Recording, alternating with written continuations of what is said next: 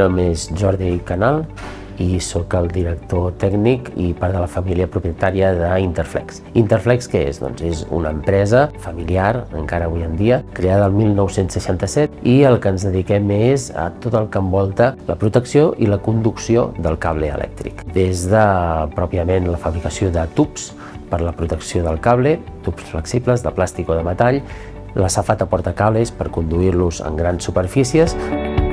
A Interflex contribuïm actualment a la transició energètica, per una banda, pròpiament amb el que són les instal·lacions, unes oficines prou grans amb una planta productiva també molt extensa, i a l'hora de fer la calefacció i refredament de les oficines vam pensar que havíem de fer-ho d'una forma sostenible, de manera que està tot fet amb calefacció i refredament en base a geotèrmia, de manera que l'impacte mediambiental també es redueix moltíssim. A part també en el nostre sostre hem instal·lat una sèrie de plaques fotovoltaiques fins a 260 quilowatts.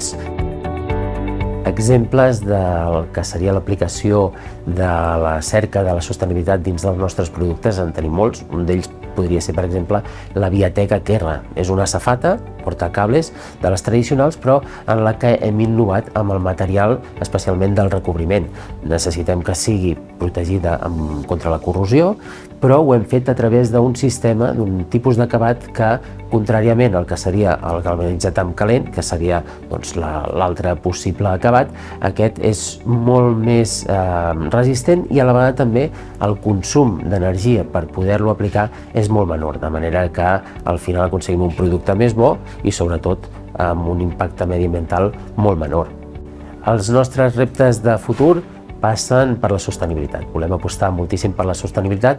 Per una banda, els productes que fem, de cara a fer-los cada cop innovadorament més sostenibles, ja sigui reduint el pes final però millorant la resistència, buscant productes o matèries primes noves i més sostenibles per poder treballar i facilitar d'alguna manera aquest camí cap a la sostenibilitat. Del clúster el que esperem és buscar i trobar empreses amb les que puguem col·laborar. Busquem instal·ladores, distribuïdores de material elèctric, enginyeries, amb les quals poder establir vincles que siguin permanents amb la cerca del dia a dia de la millora contínua de productes i serveis.